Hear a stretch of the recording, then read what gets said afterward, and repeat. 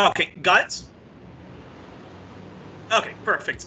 Well, hello everyone. Welcome to another edition of 1+1, your place for inconvenient truth telling and myth busting. So honored, so excited, so delighted and overjoyed with the guest I have today. We're joined by Camila Escalante, an El-Salvadorian Canadian American journalist based in Bolivia. She's a Latin American correspondent, the Latin American correspondent for Press TV, contributor to Telesur English Spanish, and part of the editorial team and reporter for the Bolivian-based, and I know I'm going to butcher the name, Kawasachin News? Kawasachin News. Kawasachin News. Okay, well, I'm still butchering it. Silly gringo I am. So, so yes, this is our all things Latin America edition of 1+1, and who better to have on than Miss Escalante? So, firstly, Miss Escalante, thank you so much for joining me today, and apologies for interrupting valuable football time. Oh, thank you so much for having me, Youri. And I'm not sure what your team is, but I believe either if your team is Belgium or Canada, you're out of the World Cup, unfortunately. So my condolences. I have no preferential team. I'm always for like the underdogs, although I think the only thing I like about Belgium probably is like the football team and the chance that they would win. But whatever, they lost. They had a stupid coach, and they deserve to have been booted out. So it's all good.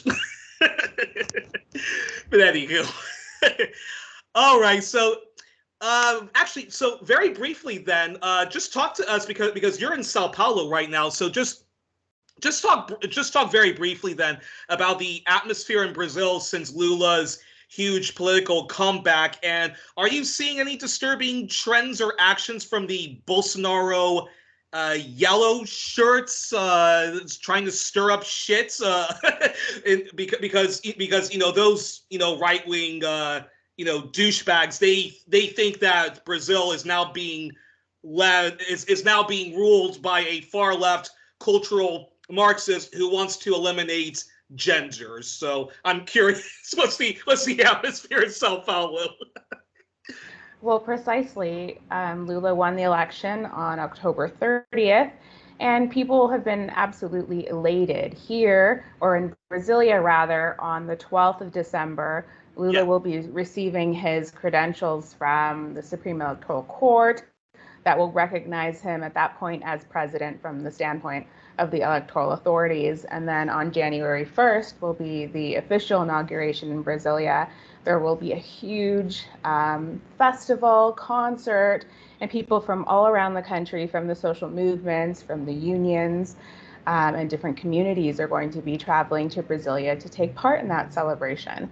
And so it's a really exciting time, and I think people are really looking forward to the first moves that Lula is going to make as president, the first changes that he's going to be making immediately to try to return to the path of implementing a program of immediate poverty alleviation, of the alleviation of hunger, of trying to bring stability to the economy, and trying to make sure that the most vulnerable people have, the things they need. I think that, a lot of what's been happening in Brazil has been misconstrued. And part of why that is because people are trying to falsely make equivalences with some of the things that we see in the U.S. And there is a far right in the U.S. and there's a far right in Brazil. But I think there are some really important distinctions. And we also have, and sorry to interrupt, but we had a modest socialist reformist in the form of a Jeremy Corbyn, a Bernie Sanders, the fraud squad, and a little bit of that in and a little bit of that in the NZP in Canada, although not so much. But basically, yeah. So a lot of people, when they're very upset about the either betrayals that a Corbyn or a Bernie Sanders does, and upset about our pathetic excuses of a left either not advancing or making the people power movements expendable, we tend to project that onto Brazil because there are some similarities between Brazil and the United States and so forth.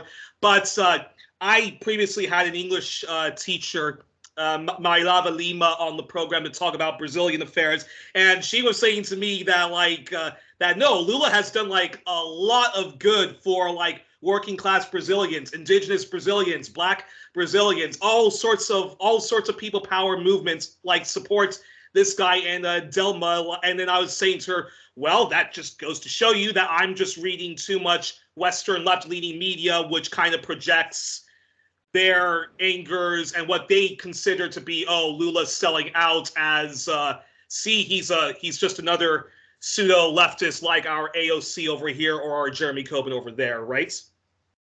Absolutely, and that's completely false. We're talking about a person who's led the country multiple times and has been the most important historic union leader in this country, a founder of the Workers' Party, a leader of his metal worker union.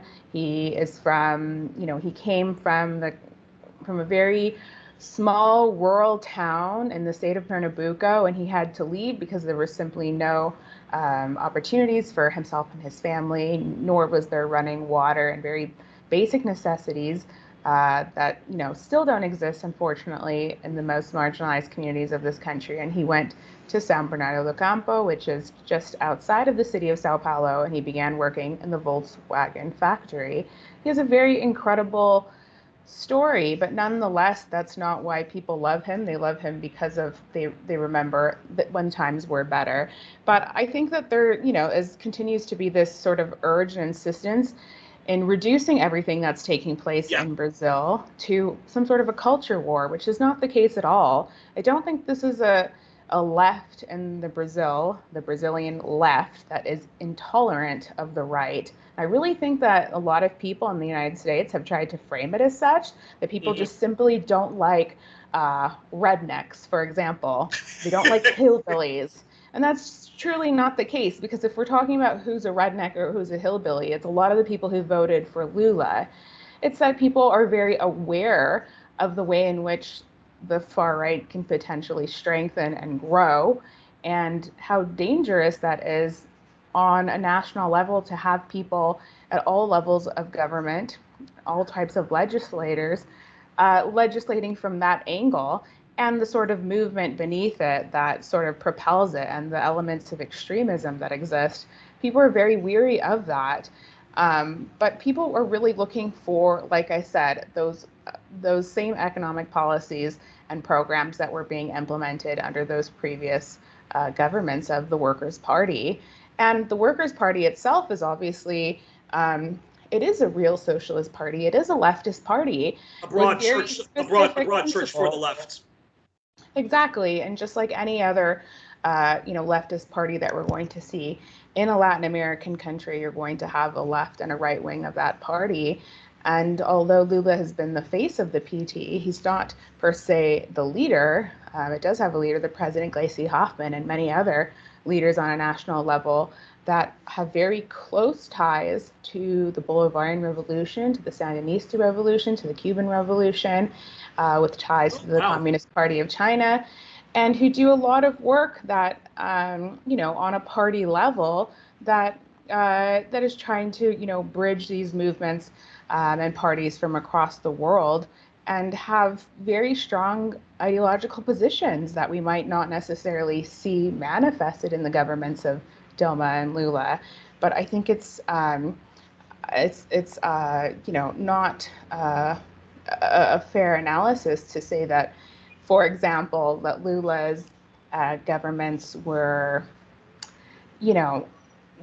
as corrupt as previous governments, or that he's or that the choices Brazilians had was lesser evilism and all that slanderous stuff, which we know from Glenn Greenwald's reporting and from Brian Muir's reporting of Brazil Wire and Telesur. We know that no, Lula and Dilma were not as corrupt as the movement democratic of Brazil or that scumbag Bolsonaro. Well, precisely, or that they had particularly weak policies. I think from the perspective of the grassroots movements and the most important movements that really propelled and backed Lula's candidacy this time, they have their own criticisms of the way in which perhaps Lula allowed some neoliberal elements or some, elements of the right to co-opt his government. But those are very, they're very specific internal criticisms that we see in every country. We see the exact same criticisms in Venezuela and Bolivia and everywhere. So, but I think that, that sort of thing is being misused by elements on the exterior and people who just, quite frankly, have no stake in what's going on here. People here want a better quality of life. They want to see, the people from the very bottom have opportunities. And so that's what they're looking at. We're going to be looking at a government that has all sorts of people and all sorts of positions. And it's not going to be the most revolutionary actors necessarily in all of the ministries and leading all of the top positions. But this is actually what it takes in a Latin American country, which doesn't have a revolution, and a country in which, there's a lot of things that would ideally, if this was, the kind of situation that we would all like to see, which is a situation like Cuba or Nicaragua, they would have to necessarily refound the state with a new constitution, with a new military and police. They would literally have to sack all of these institutions completely and start from scratch. And because that's not the case, in order to take power, you have to build coalition through negotiations, through dialogue, and try to get more people on your side. And that's going to include a whole range of different political elements from across the spectrum. And that's how they took power so successfully and strategically, through the brainwork of many of the important strategists in the PT. And it's something to really try to emulate. If anything, the United States should be looking at the Brazilian model. Anyway, but America, our former home is not going to do that. If white America was to do it was to do even a fraction of what Lula does or what Chavez does, just on indigenous people alone, its whole world would fall apart. And actually, before we get to Bolivia, that's a perfect segue actually to this question. To this question I've always been wanting to ask you, because you're from El-Salvador, but you lived in the U.S. for a bit. You also lived in Canada before you became based in Bolivia, which is one of those indigenous majority countries in Latin America. Not the kind of, the minorities, not them being minorities in their own country due to early settler colonialism and early genocide and stuff like that. So I have to ask, as someone who yourself who's often invited to speak at Canadian left online events as well as the United States, when do you think it's gonna what do you think it's going to take for the U.S. left to get to the level Canada or New Zealand is at, and actually trying to have better relations with their indigenous people and so forth? Like, the U.S. has a very powerful Black Lives Matter movement, Queer Lives Matter, feminist workers' rights movement, and even an anti-imperialist movement. But when it comes to indigenous lives matter, the U.S. is it's almost of non-existence, unlike what it's like in Canada and New Zealand. The U.S. is like the second worst country behind Australia when it comes to denying and not addressing the plight of indigenous people. And I'm curious your thoughts on that. Well, I wouldn't say it's my area of expertise, but I would say that it would be very interesting and important for people, all sorts of different workers, unionized workers, racialized people, be they indigenous people, First People, natives, the original peoples of Turtle Island, as well as, Black Americans, anyone who identifies as African, to all look and consider the model of the plurinational state in Bolivia. I think it's very interesting because it is, on the one hand, very important that we all consider ourselves and see ourselves as workers, that there are only two classes: the working class, which is, the exploited class, and the owners. of the means of production. But at the same time, it's really important to say that we can't all faction off into our little groups, and that we need to build or find a way to coexist without always reducing everything to class only, because race is such a large and important contradiction in the US. It's quite literally a country that's known for the anti-Black systemic racism, which is deeply rooted in its history. And indigenous people are the indigenous people are like the Dalits of that racial capitalist caste system. Absolutely, and it's an ongoing genocide or system of lynching, system of slavery, in which people are just left to rot in prison cells, either for political crimes they committed, or as political prisoners, or because simply being rounded up for nonviolent offenses.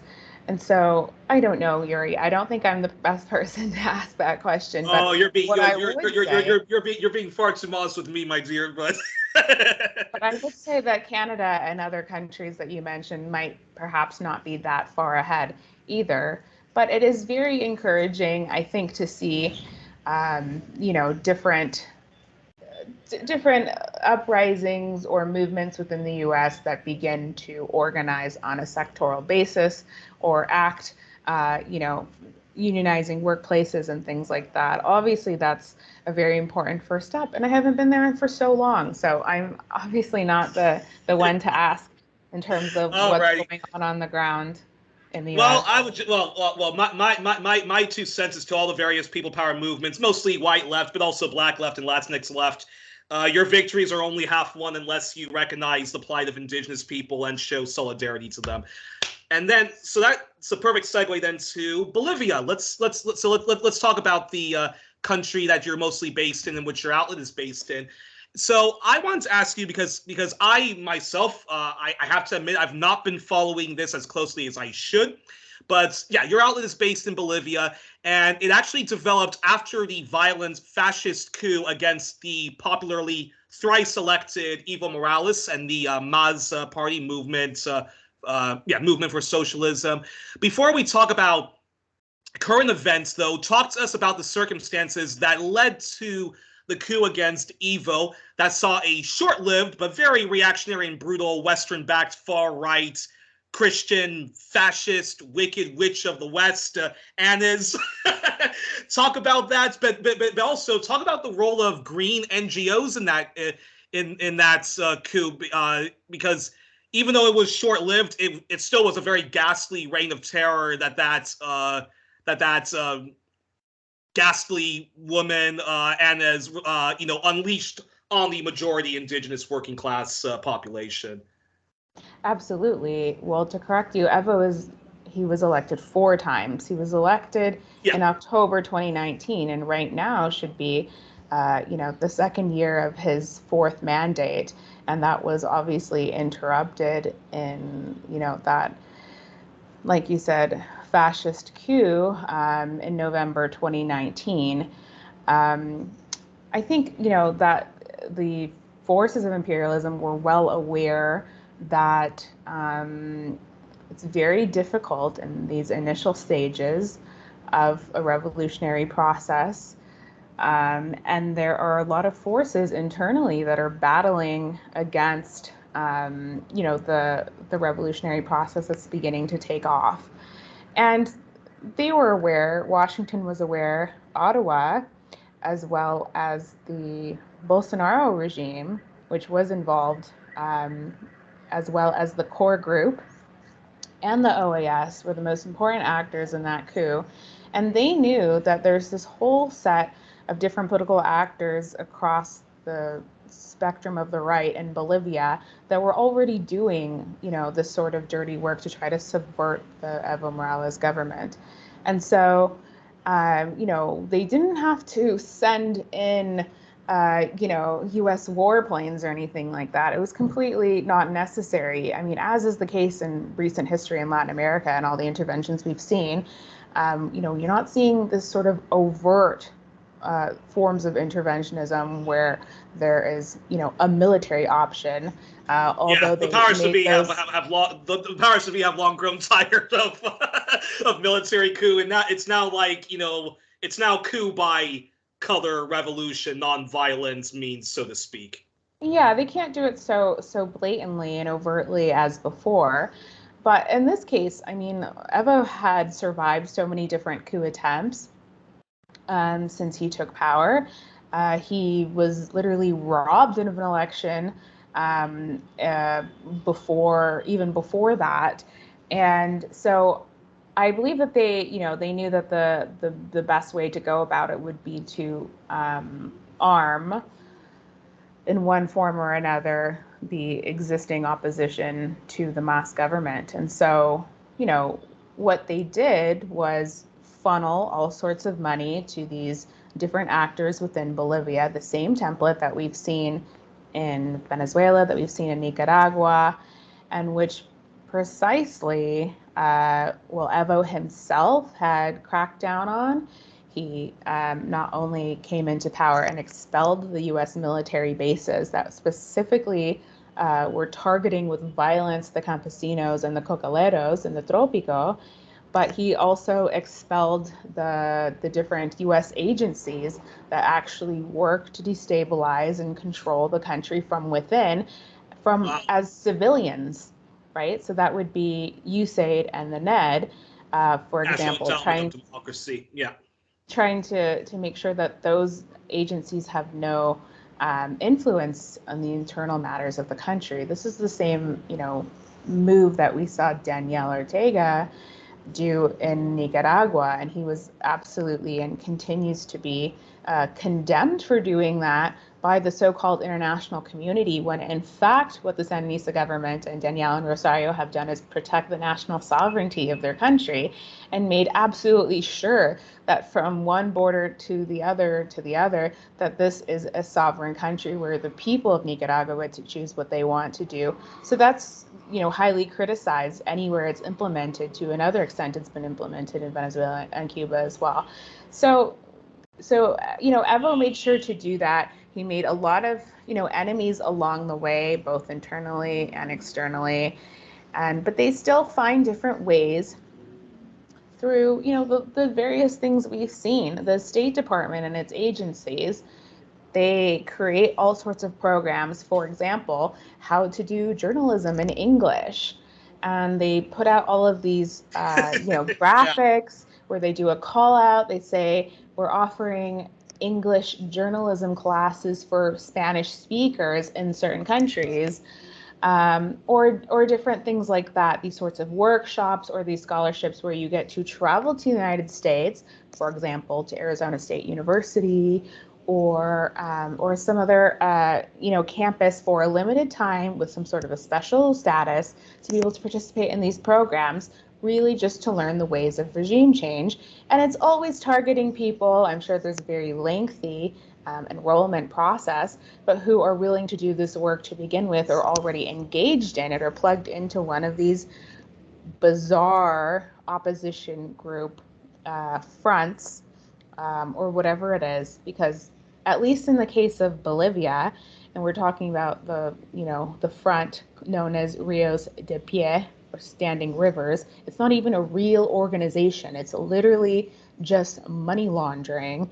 And this was like this was like some fake green NGO, or precisely, and also like pulling people into the different events of Human Rights Foundation. I'm sure you've heard from that one before. It was founded by a right-wing Venezuelan, and it just brings people from all sorts of regime change backgrounds, from the Hong Kong protesters to the Iranian opposition, from everywhere around Latin America, and of course Cubans they pull right out of the U.S. and they send them to their annual events where they have speakers such as Leopoldo Lopez, such as that crazy lady who's fueling all the Iran protests from the U.S. Yeah. They did that with Bolivia as well, with Janice Vacadaza. And so, these people go and they learn the ways of color revolution. So that's one of the aspects. The others is just, that it's so easy because of how corrupt the international mainstream media is Yeah. for the media such as The Guardian or the BBC, the New York Times, and Washington Post to take the statements of someone like Carlos Mesa, who is the right-wing leader of the Civic Community Party, and or Citizens Community Party, and then the governor of Santa Cruz, Luis Fernando Camacho, and make them seem as if they represent a real significant section of the Bolivian population when they actually represent either outlier voices, specifically before the coup, or the minority, and it's the minority that is non-indigenous and non-campesino. We're talking about largely white people in the main cities is who they represent, and they're being shown as if they are a voice of a very considerable opposition within the country, which has not been the case at all. We see the same calls about lack of, or the attacks by the mass government on freedom of expression, freedom of the press, et cetera, when the reality is, of course, just like in every other case, that they have control. The opposition actually controls the media and all the major television networks in Bolivia. And Wow. so they have more than their share of the voice. In fact, it continues to be the majority that's left out in terms of representation in culture, at least as far as broadcast and print media, because only the powerful are able to own these large media outlets. So, Wow, that's incredible. yeah, it is, and I mean, so that's this is where we are again today. Is this attempt once again to use what did work in 2009 when the coup was consolidated and reapply that same script once again now, moving towards the next presidential elections in Bolivia. And they want not only to try to destabilize the country, create resentment, and political instability generally, but also to try to induce division, create division, and splits within the mass so that, well, first of all, if we are able to get to the election, that the mass is unable to win in the first round because there's this, very specific threshold in which the a candidate would have to reach in order to be elected in that first round.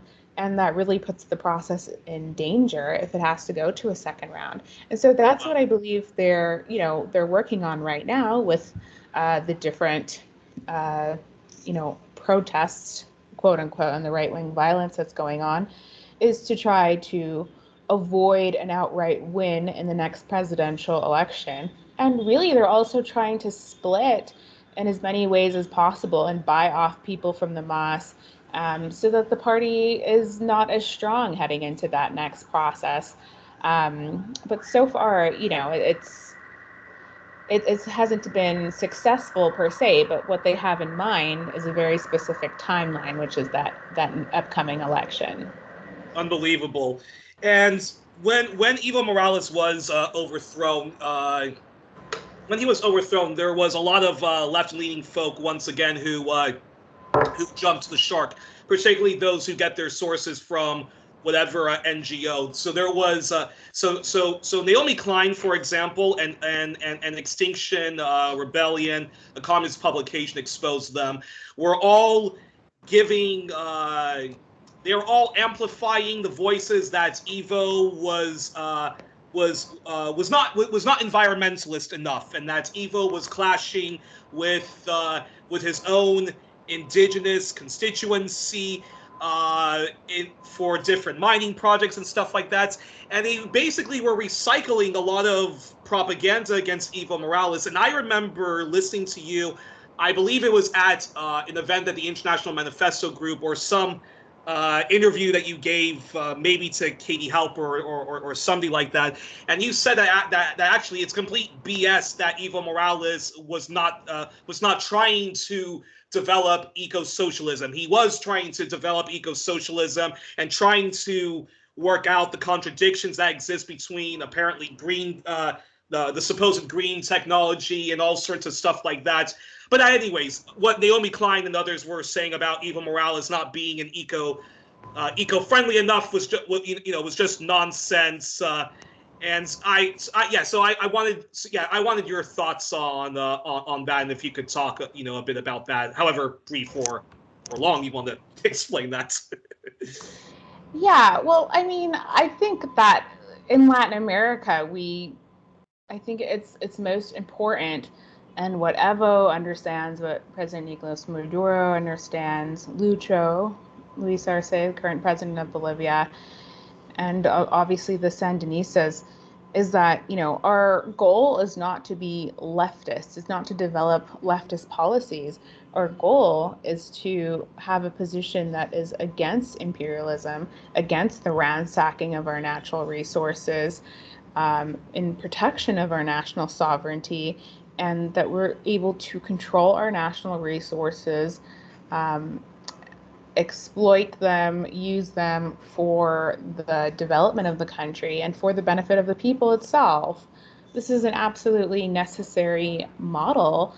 I'm not really sure in what way anyone in the global north believes that a country that has been historically exploited within our system of capitalism can go about developing if we're not receiving any sort of remittances, any sort of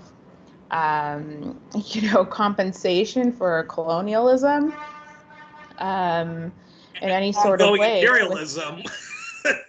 without using the resources we have. But the largest exploiters continue to be those multinationals that are based in the global north. The argument of for example, Bolivian opposition is that has really never been in reality that we should stop digging into the ground and exploiting, minerals and rocks and different resources, but rather that we allow multinationals and foreign countries to come in and exploit them for us and take everything they're worth and not redistribute that wealth or those products the opposition back to still us. Talks like that. I mean, it's wow. Essentially what they're implying, but at the same time, they're also making the sorts of claims that those NGOs have made that when countries which are sovereign do their own exploitation and put all of the money that's made from that back into social programs and stuff, then that is evil. So it's only okay when our countries and peoples are displaced and completely raped and pillaged by foreigners, never when we try to take control of the resources ourselves for our own benefit. Also, they've tried to make a case about what countries Bolivia's government, for example, chooses to work with. And Bolivia obviously has large lithium reserves, and they have, President Luis Arce has done several interviews in English where he talks about the process of, seeing what other countries or companies from various countries that Bolivia might proceed to work with in extracting and developing its lithium. And among the top candidates are Russia, Germany, the United States, China. And what country Bolivia chooses to work with is actually not important. That's not the most important thing. What's important is the contract and what the terms are, and that it abides by the political constitution of the state and what's outlined. Yeah. And that it is done for the benefit of the Bolivian people, and overwhelmingly that it benefits Bolivia. And if in some way these other countries want to help technologically or with expertise, they can do so. But it's, at the end of the day, this is, Bolivia's lithium.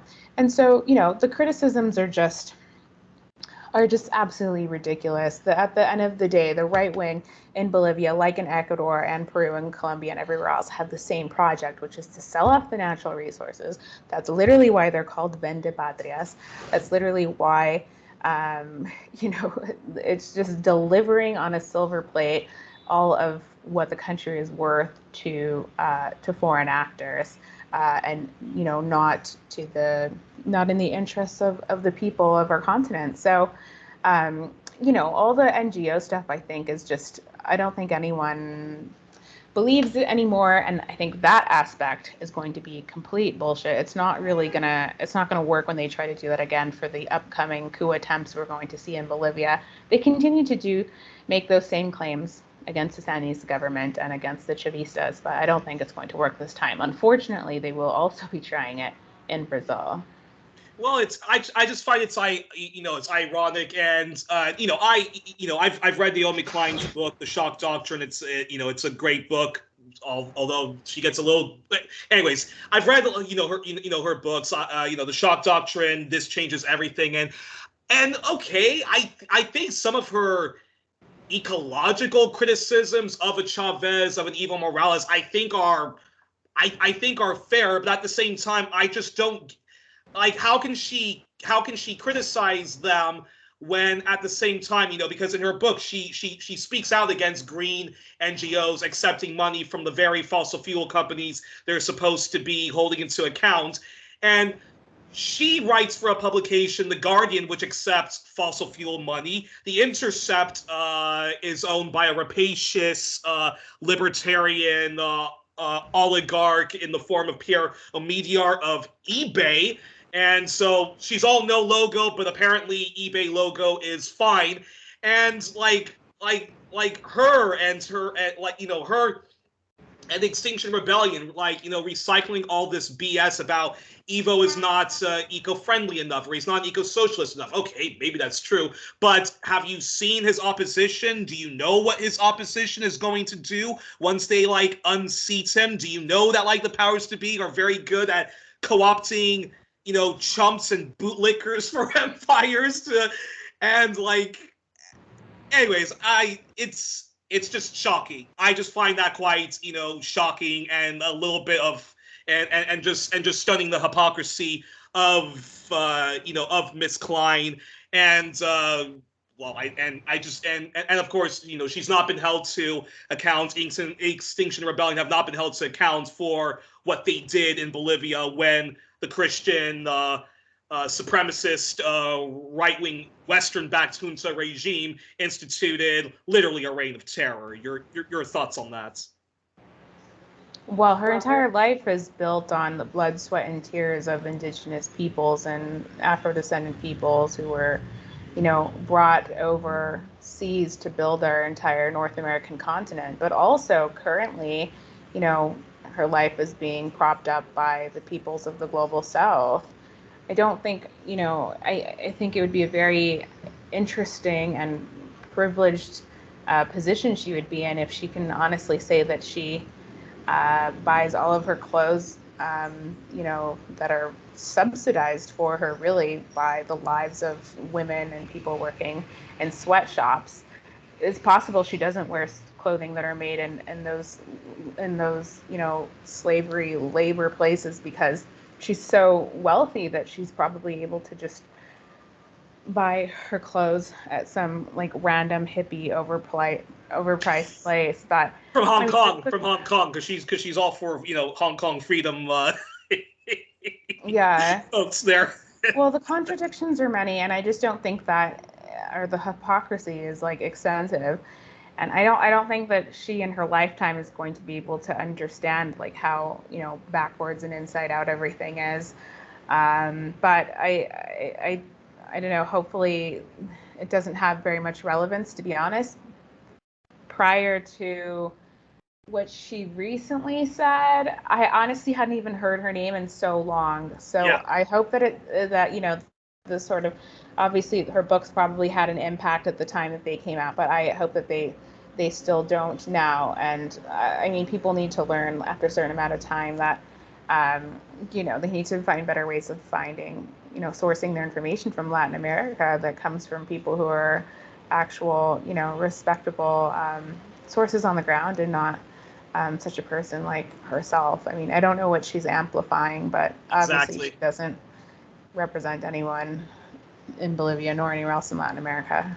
And just and it's also important to say, I wasn't going to mention this, but it's just important to say that you can't call yourself an environmentalist, let alone eco-socialist, and be supporting NATO, the pivot to Asia, and any form of imperialism, whether it's through non-violent means of a color revolution, or even violent means. And now the party of Evo Mass has returned by popular votes and mobilization. Anything you want to say about about what's currently going on with just the small gains that the government has done, which are helping out immensely the Brazilian working class of all genders and backgrounds, largely indigenous people. But there's been mass efforts by the Western-backed far right to unseat the current socialist president.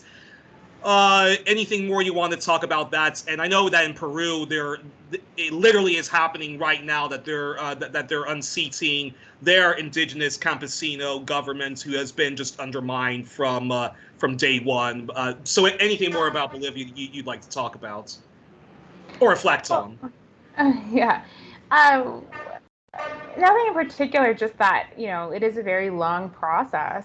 And because it's, in its beginning stages, and obviously the reason why the coup was able to be consolidated in 2019 was because they never, sacked the entire military and police and refounded these institutions, which we've heard time and time again by those veterans, the Sandinista veterans, who are still in government now, who fought the Contras, and who, literally were part of that revolutionary process, including in battle.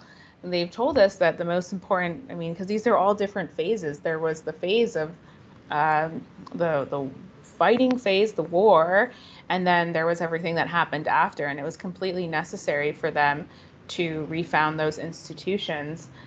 They've even written many books on it. And it's a very important example that Bolivia had yet and has yet to apply to their own police and military. And for that reason, that was able to take place. So there's many things that need to take place. We've seen in Venezuela how they have the Civic Military Alliance and how important that was and has been, specifically since 2019 as well, when in January, the United States decided, along with Juan Guaido, that they were going to swear him in, or that he would swear himself in the middle of the street. And that, following that, they would try many different coup attempts. And because of, the loyalty of the overwhelming majority of the members of the FANB there in Venezuela, as well as so many patriotic Venezuelans of, the most humble classes, the most humble class, they, were able to fend off many coup attempts, including, that mercenary incursion that took place on more than one occasion.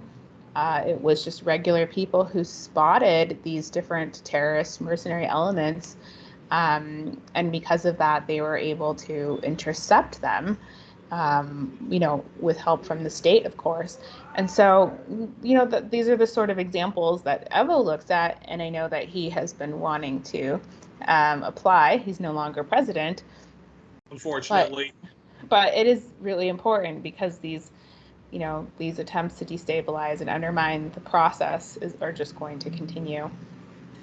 That's a fascinating, perfect segue then to my second to last question to you, because which is, the issue of right-wing institutions like the police, the military, and then external and internal wars that happen in Latin America, which is the drug war. Now, why do you think so many of these social justice movements, very great social justice movements in Latin America, and these various people power movements, which do a very good job at mobilizing, especially when shit really hits the fan. But why do you think then why do you think for example the drug war has not ended, and governments like Colombia, and we weren't going to talk about Mexico, but governments like Colombia or Mexico or even Brazil in the past with Lula and with Dilma, why do you think they haven't said we are going to end the drug war? Because that would overnight be a huge blow to Yankee, Canuck, pan-Europeanism, imperialism is, the drug war. I mean, is it just because, folks, I assume in Latin America, like anywhere else, just have these conservative blind spots in that you can't just legalize and decriminalize drugs because of yada, yada, yada. I'm curious your thoughts on that. Okay, well, that's a very loaded question. Well, I mean, there's a lot there, but I think in each one of these countries that you've mentioned, there are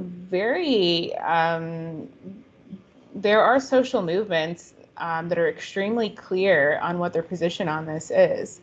Every single one of these movements, and particularly, for example, if we're talking about Colombia, it would be the former FARC, which is now the Communist Party,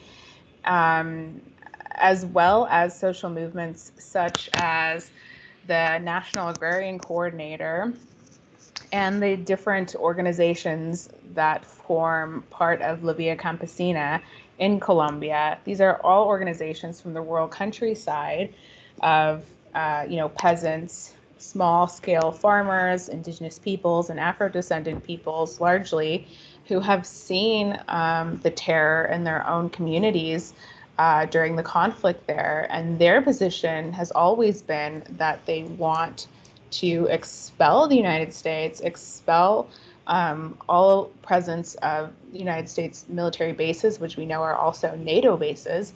And there are 8 of them now in Colombia. I'm not really sure where they are in the process right now with Petro, because he has made taken some positive steps, let's say, in meeting with these organizations as soon as he came into office, and in dealing with the land issue, which is the most important issue in the peace accords that were never implemented, but which will now have a chance at being implemented, and even have a greater chance now that they are normalizing and have begun the process of normalizing the relationship between Colombia and Venezuela. They reopened the border. They're having, the legislatures of the 2 countries are having binational meetings and all sorts of different things like that will begin to tackle the issue of transnational crime and drug smuggling, which also includes Panama and Central America and Ecuador and so many other countries as well.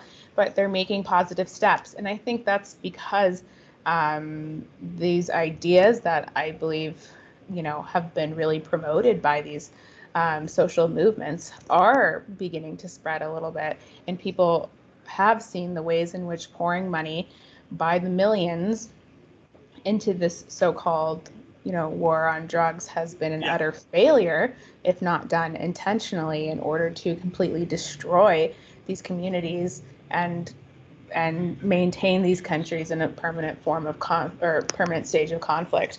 So I do believe that we saw Pedro Castillo, his party, when he became the candidate and was elected, Peru Libre, they had the same policies that were promoted and popularized by Evo, which was the expulsion of USAID, the expulsion of all U.S. military presence.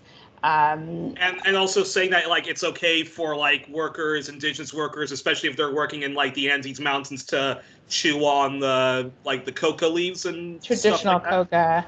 Yeah, coca for the traditional use. And it is legal in Peru as well as Colombia, the traditional production and consumption of coca, and that's very positive. but or that part needs to be maintained in terms of like the future policies. But the most successful policies, of course, have been the ones that were implemented in this period since the movement towards socialism came to power, in which the drug eradication policy has to include allowing people to continue to grow a set amount of coca traditionally for the consumption by the internal market, while also allowing them opportunities to access this land for the production of other crops that can serve both the domestic market, also for export to fortify the national economy. And they have to be completely in charge of their own anti-drug policy. It cannot be controlled by any other or have any other government or outside force taking part of this, because they don't have, the interests at heart of Bolivians. And so these are the sorts of policies that need to be applied absolutely everywhere. And I think that it's Evo single-handedly and his government who really popularized that, and hopefully that continues. Well, one can only hope then that the movement to end the ridiculous and right wing discredited prohibitionist war on drugs. Hopefully, more of the people power movements will keep pushing for that, as well as some kind of like community control over the police, like what's being talked about amongst people power movements in like the U.S. and Canada and elsewhere, to end the vicious cycle of mass incarceration and police state terror and whatnot. But I agree with you that it needs to come also from the people themselves, and it can't just be like us arrogant Western leftists and whatnot to do it, unless we learn Spanish and just act as consultants. But but then did you want to say anything about that? Well, I think this sort of consultation has been the most evil thing that has taken place. I mean, truly, this is like, oh, really, really, like even people acting as like just like consultants for like people power governments. No. I mean, in terms of drug policy, receiving, I think, the only experts that need to be consulting anyone are people from the previous Evo government, but exactly. to other countries, because the United States has some of the worst things that they've done have been by placing those advisors, around the central figures of the government in order to export their failed, security and anti-drug policies in other countries. And of course, it's corrupt to the core, as we've seen with Plan Colombia and the Contra CIA Iran Contra drug scandal that that happened in the 80s. That's Gary Webb and Robert Perry exposed. Now, Actually, no. This is my second to last question.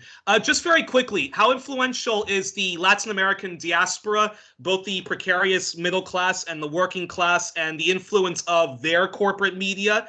And I'm talking mostly about the Miami, Cali, New York-based Univision, in making often left-leaning people selectively anti-war. So a lot of Latin American expats I come across, whether they're from a working class background or a middle class background, they understand the history of like American imperialism in the region, but they'll watch, something like Univision, and if that outlet demonizes Chavez, Maduro, Daniel Ortega, Evo, AMLO, Dilma, Lula, Christina Kirchner, they'll just recycle the junk journalism and of course be rabidly, anti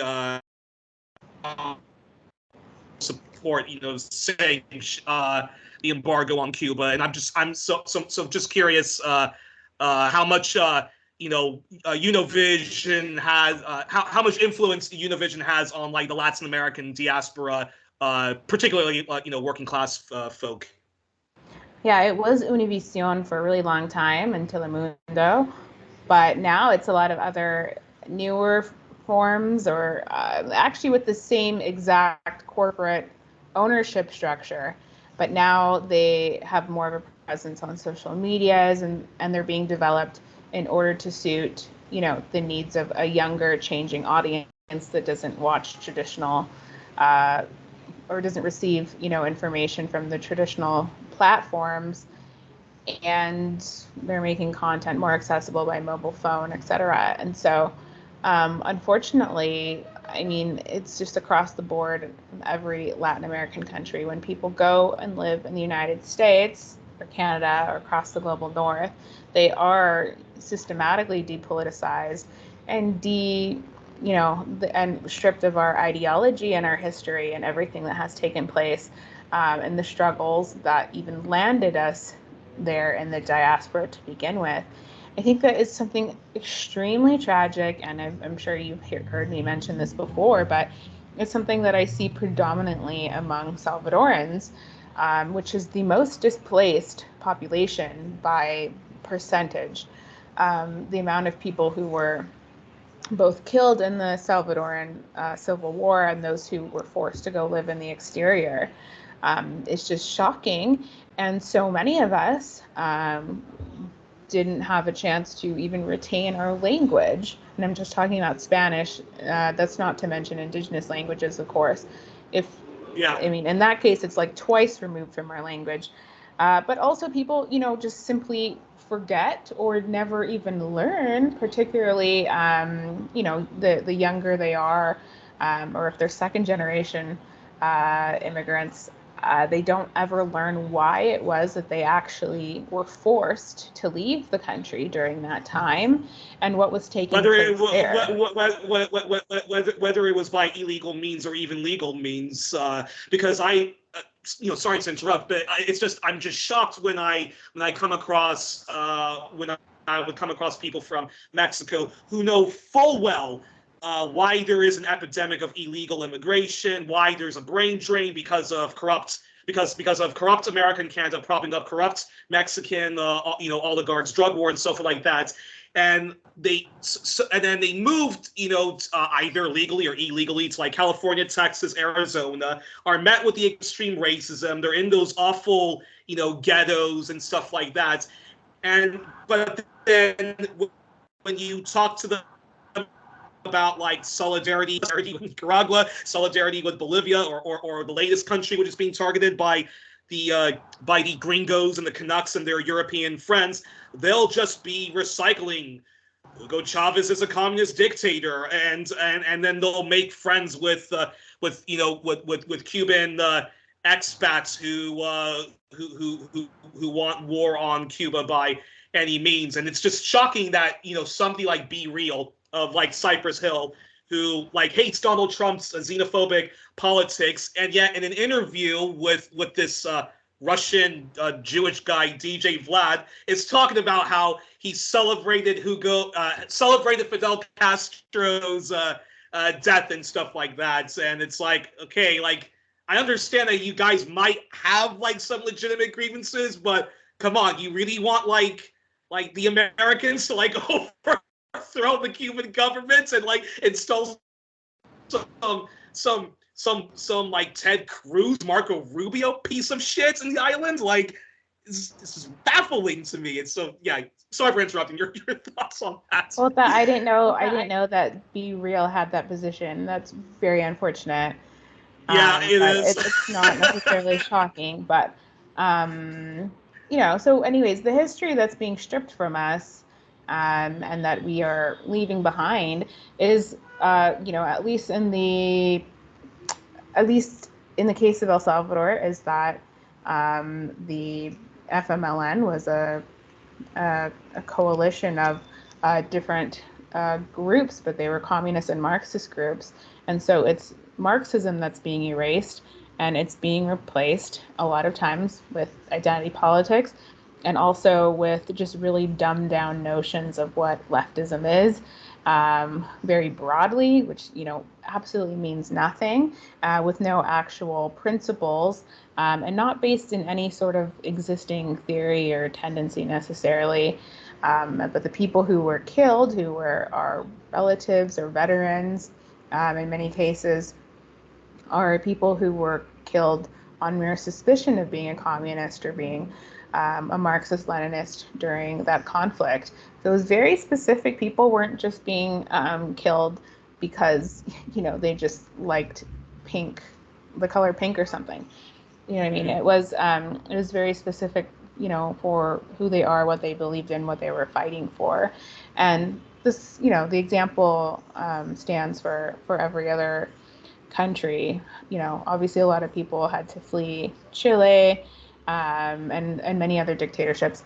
And so I think it's very unfortunate that you go to, the US, which already has a broken educational system, but beyond that just total, depleted, insufficient educational system. I mean, something else is taking place there in which people don't even have a chance at understanding their position as a member of the working class and fighting to build any sort of, working class power, or have any sort of perspective that helps them understand what's taking place in the other countries. And this ridiculous notion of wanting to fit in, in America, so they assimilate, they radically eradicate their anti-colonial, anti-imperialist, pro-people power, Latinx left ideology, including that which is Marxism, and just like, we want to fit in with the Americans, so F Hugo Chavez, or like, we don't want like American imperialism in Cuba, in Latin America, but we are fine with the far right's mobbed up opposition of Cuba, right? Yeah, well, I mean, I think that there's an opportunity now for that to change as well, and I think, at least on a very superficial level, people really, the sort of memes, in support of these different figures have really viralized. And I think that, people are able to now say that they support these sorts of, figures and faces, maybe without even knowing what they truly represent for the people of Latin America. Youri, I have limited time left. I have actually 2 back-to-back things right after this, so I have to jump off. All right. Well, then in that case, shall we do the Inside the Actor Studio questionnaire? You want to just like answer that to me like through Facebook and so forth, then I could just like post it on like online on YouTube afterwards, or? Yeah, sure. I'll do that. Okay. Yeah, because there's all these like questions like, what's your favorite word, what's your least favorite word? But if you have to like rush right now, then I can send it to you. Then you can like reply, and I can post it in the pinned comment section. All right. Okay. Thank you so much. I'll do that. All right. Well, we were joined on this fantastic edition with one of my journalist heroines and Latina sheroes, Camila Escalante of Press TV, contributor of Telestory English and Spanish, part of the editorial team, reporter for the Bolivian leftist-based Kawasaki News. Sorry if I butchered that name. Miss Escalante, gracias. Keep doing the superb work you're doing, informing not just people in Latin America, but the Western left, and mainly those in English-speaking countries and those that can speak English. We'd be deer in the headlines without the work you and your outlets do. So anyways, I'm going to make sure to link to everything. I'll get in touch with you soon enough, and enjoy the football and keep doing the amazing work that you do. Thank you. Same to you. Thank you for having me. Take care. It was an honor. Ciao till then.